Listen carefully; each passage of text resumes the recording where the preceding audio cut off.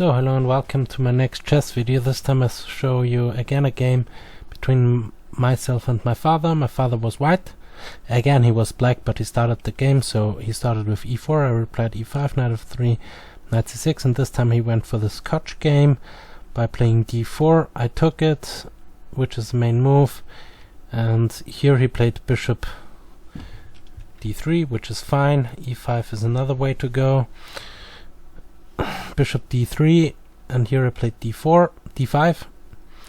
He played knight c3, I played bishop d6, and he castled, and I played d4, which is not the greatest of all moves. I should have just castled as well, and after e5, knight b5, the position is around even. But okay, I played the move d4, he played knight a4, the best move, and now I castled because e5 was threatened, and if I take, then he has rook e1 pinning the bishop to the king, so that's why I castled here. And castling is also a normal move in chess.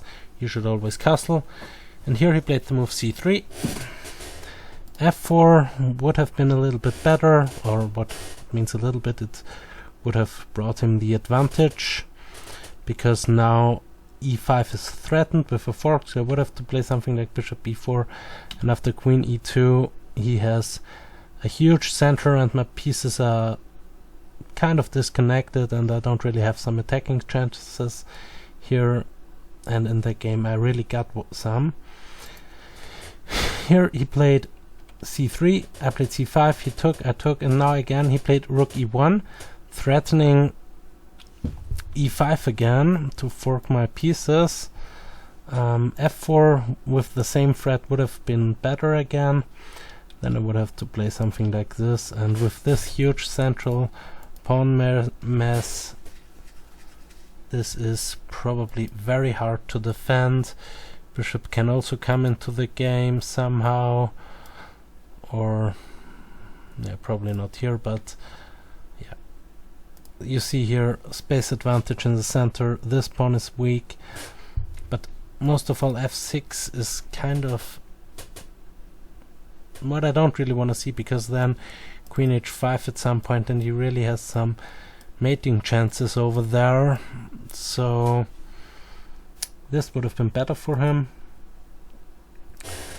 There I would have to suffer, but he played the move rook e1. I attacked the rook, he played rook e2. Should have played bishop d2, and after this,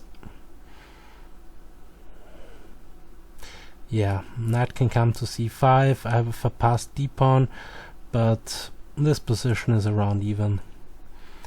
But he played the move rook e2, and now bishop b7, and now he pressed with e5. This is a little bit too much. He should have gone for queen b3, because my bishop b7 was a huge blunder. I should have done something else, like, I don't know, playing my bishop to d7 or something, just not run into this queen b3, which would attack both pieces. But he didn't do it anyway. Queen b3. I could save the piece by playing c5, defending my bishop, but then a3. Now I fork him, now I attack the rook, and now I can go back. And now if he takes my bishop, I take his bishop. This is the whole point in doing all that, giving up those two pawns just to save the piece. But here I'm just down 2 pawns, so he would have gotten the upper hand, of course. But he played e5, pushing in the center. That's a little bit too much, and after e6 he's probably completely lost. Should have gone for something like a3. I would have played bishop e7, bishop d2, c5, b3, and the game is kind of even, probably a slight edge to white. But okay, he played e6, I took, he took with the rook. Better was to play queen c2 and kind of go from there. He would be down a pawn, but he would have some compensation, but okay. He took it, but now he allowed me a very crude attack. Queen here, now I'm on the f pawn. So he defended it, and I played bishop back to d3. Another way to go for the attack was knight here going to g5, maybe f3, and bishop d6 only then. I played bishop d6 immediately. which is also winning. He played g3, I played my queen here with the threat of knight f4. For example, if he plays a3, then I would have gone for knight f4, and even if he takes the knight, then he's made it over there, because my bishop is covering this. And if not, how is he covering this mate? If he defends, it doesn't really matter, his queen is hanging, so this would have been bad for him. But anyway, he played the move bishop c4, threatening if I go knight f4 now, then he would have gotten some checks, but even so it's not really helpful. Now he could at least take the knight because the bishop is blocking this diagonal, but still hard to play, I think, for white. And I can also take the exchange here as well, so it would be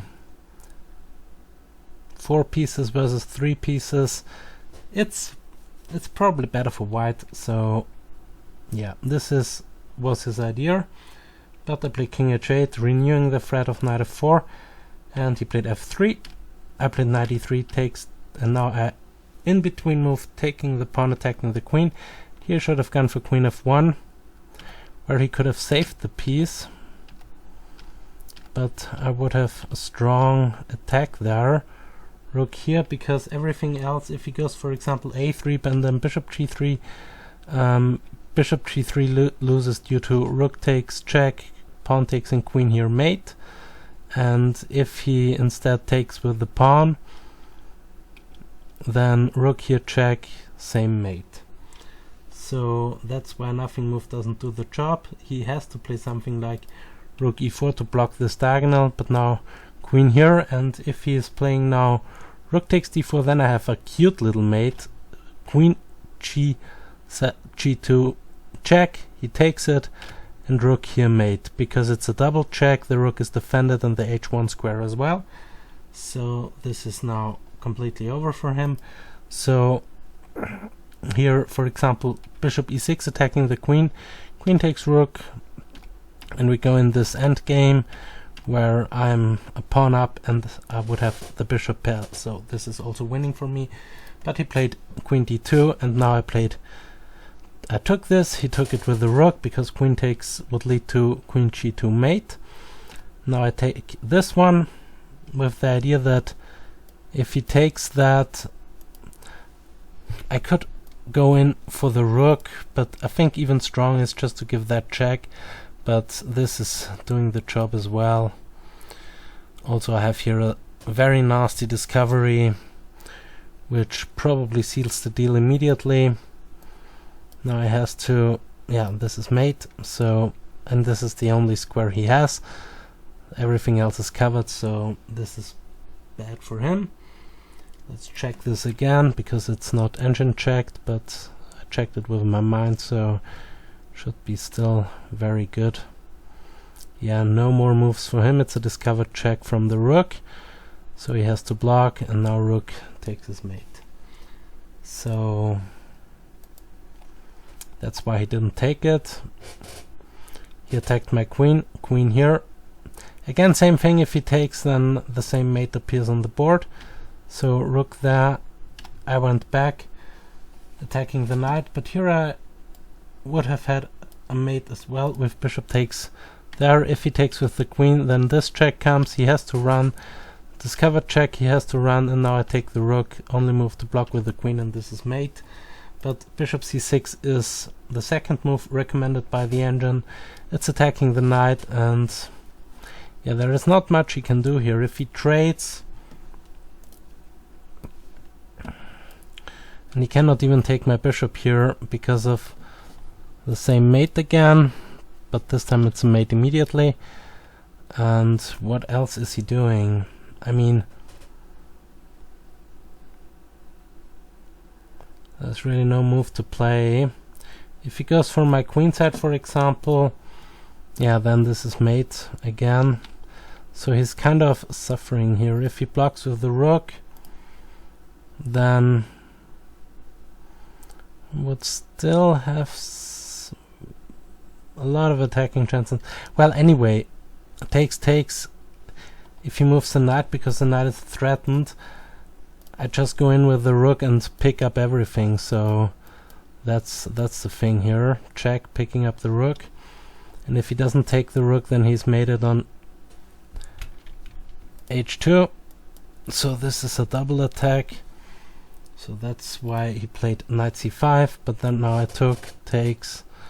Now I pick up the queen and the rook, and here he resigned. Also, if he goes into the corner, then again rook here is coming and it's all over. He has to give up the queen. Bishop takes, and now I take the rook. So yeah, I take you to the game end position. This is queen g5, and here, yeah, he resigned. Thanks for watching. See you next time. Ciao.